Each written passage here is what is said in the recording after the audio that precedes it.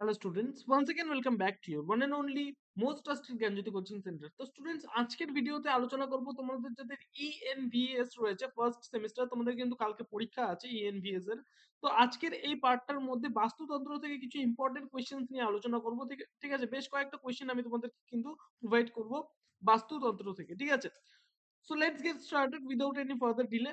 Number 1, ecosystem কথাটি প্রথম কে ব্যবহার করেন? বি নাম্বার অফ অ্যান্সার, সেটা হচ্ছে এজি ট্যান্সলি। ঠিক আছে। নাম্বার 2, ইকো শব্দটি কোন শব্দ থেকে উৎপত্তি হয়েছে? ঠিক আছে, এ নাম্বার অফ অ্যান্সার, সেটা হচ্ছে গ্রিক শব্দ। ইকোলজি শব্দটি প্রথম ব্যবহার করেন কে? এ নাম্বার অফ অ্যান্সার, সেটা হচ্ছে ওডাম। নাম্বার 4, বাস্তু সংস্থান শব্দটি প্রথম কে ব্যবহার করেন? সি নাম্বার অফ অ্যান্সার, সেটা হচ্ছে হেকেল। নাম্বার 5, ইকোসিস্টেম কথাটির অর্থ কি? বি নাম্বার অফ অ্যান্সার, সেটা হচ্ছে বাস্তুতন্ত্র। নেক্সট একটা কোড দেওয়া রয়েছে, বাস্তুতন্ত্র হলো পরিবেশে অবস্থিত সর্বপ্রকার জৈব ও অজৈব উপাদানগুলির মধ্যে আন্তর সম্পর্কের ফলে সৃষ্ট একটি প্রণালী বা তন্ত্র। সংজ্ঞাটি কে প্রদান করেন? বি নাম্বার অফ অ্যান্সার, সেটা হচ্ছে ট্যান্সলি। বাস্তুতন্ত্রের শক্তির প্রধান উৎস কি?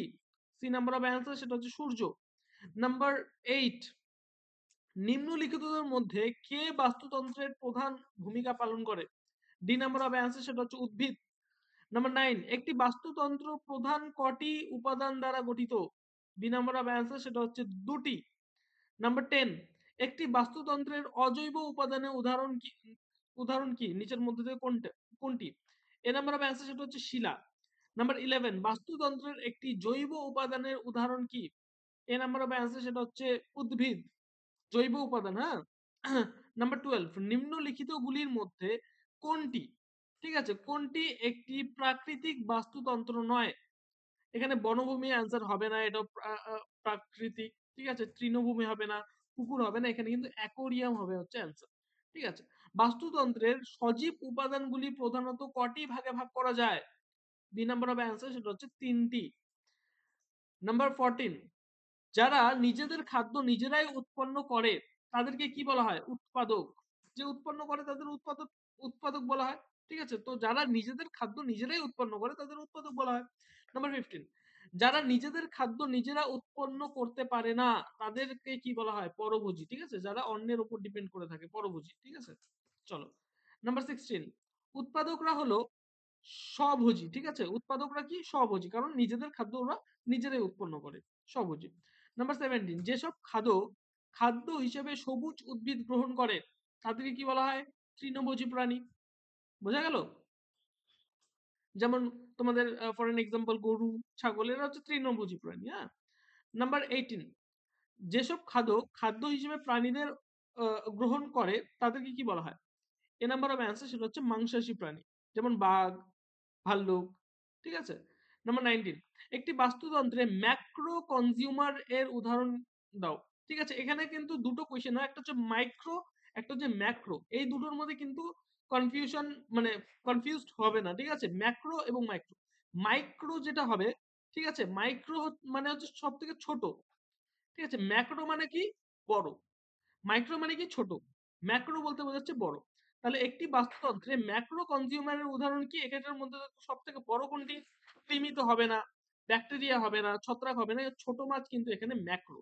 ঠিক আছে, বোঝা গেল? ম্যাক্রো। নাম্বার 20, যেসব খাদ্য উৎপাদকদের খাদ্য হিসেবে গ্রহণ করে তাদেরকে কোন শ্রেণীর খাদক বলা হয়? এ নাম্বার হবে অ্যান্সার এখানে প্রথম শ্রেণীর। একটি খাদ্য শৃঙ্খলের সর্বশেষ খাদকটিকে কি বলে?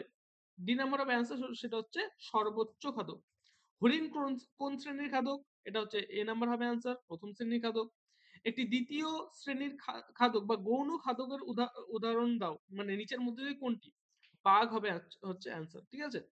নাম্বার 24, একটি তৃতীয় শ্রেণীর খাদকের উদাহরণ দাও। সি নাম্বার অফ অ্যান্সার, সেটা হচ্ছে সিংহ। একটি মাইক্রো কনজিউমার, এই দেখো চলে চলে এসছে। ম্যাক্রো একটা বললাম, মাইক্রো একটা বললাম। ম্যাক্রো মানে কি? বড়। মাইক্রো মানে কি? ছোট। তারপরে মাইক্রো কনজিউমারের উদাহরণ চেয়েছে এখানে। নিচের মধ্যে কোনটি? পাখি তো হবে না। ঠিক আছে, কীট পতঙ্গ হবে না, গরু হবে না, ব্যাকটেরিয়া। এখানে তিনটার মধ্যে থেকে সব থেকে ছোট যেটা, সেটা হচ্ছে ব্যাকটেরিয়া। ঠিক আছে, ব্যাকটেরিয়া হবে অ্যান্সার। এটা কিন্তু তোমাদের বুঝে নিতে লাগবে। হ্যাঁ, চলো। বাস্তুতন্ত্রের একটি ভৌত উপাদানের উদাহরণ দাও। সেটা হচ্ছে সৌরশক্তি। ডি নাম্বার হবে অ্যান্সার। যেসব খাদ্য খাদ্য হিসেবে উদ্ভিদ ও প্রাণীদের ভক্ষণ করে তাদের কি বলা হয়? সর্বভুক। ঠিক আছে? উদ্ভিদ প্রাণী দুটোকেই যারা ভক্ষণ করে। ঠিক আছে? দুটোকেই যারা খায় তাদেরকে বলে সর্বভুক। এবং 28 রয়েছে তোমাদের নিম্নলিখিতদের মধ্যে কোনটি খাদক নয়? সি নাম্বার হবে অ্যান্সার, সেটা হচ্ছে উদ্ভিদ। নিম্নের কোনটি পুরোপুরিভাবে স্বাদু জলের বাস্তুতন্ত্র নয়? সি নাম্বার হবে অ্যান্সার, সেটা হচ্ছে নদী মোহনার বাস্তুতন্ত্র। এবং লাস্ট কোশ্চেন আমাদের আজকের এই পার্টের, সেটা হচ্ছে একটি প্রাকৃতিক বাস্তুতন্ত্রের উদাহরণ হলো নিচের মধ্যে থেকে কোনটি? ঠিক আছে? চিড়িয়াখানা হবে না, অ্যাকোরিয়াম হবে না, শস্যক্ষেত হতে পারে, বনভূমি এখানে হচ্ছে অ্যান্সার হবে। ঠিক আছে? শস্যক্ষেত হবে না কারণ এটা মনুষ্য সৃষ্ট। তো প্রাকৃতিক হচ্ছে বনভূমি। তো স্টুডেন্টস এই ছিল তোমাদের আজকের বেশ কয়েকটা কোয়েশ্চেন নিয়ে কিন্তু আমি আজকে আলোচনা করলাম। কালকে কিন্তু তোমাদের পরীক্ষা রয়েছে। পরীক্ষার জন্য সবাইকে অল দি বেস্ট। এবং পরবর্তী সেমিস্টারে যদি আমাদের সাথে যুক্ত হতে চাও অনলাইনে, জ্ঞানজ্যোতি কোচিং সেন্টারের অফিসিয়াল দুটো হেল্পলাইন নাম্বার দেখো তোমাদের স্ক্রিনে তোমরা দেখতে পাচ্ছ 6295916282 এবং 7076398606।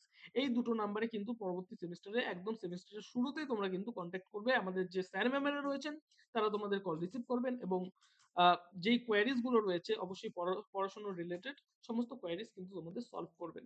ঠিক আছে? তোমাদের উজ্জ্বল ভবিষ্যৎ গড়ে তুলবো আমরা, এটাই কিন্তু আমাদের প্রতিশ্রুতি। দেখা হচ্ছে একটা নতুন ভিডিওতে নতুন কোনো টপিকের সাথে। Till then keep learning, keep exploring. Thank you so much.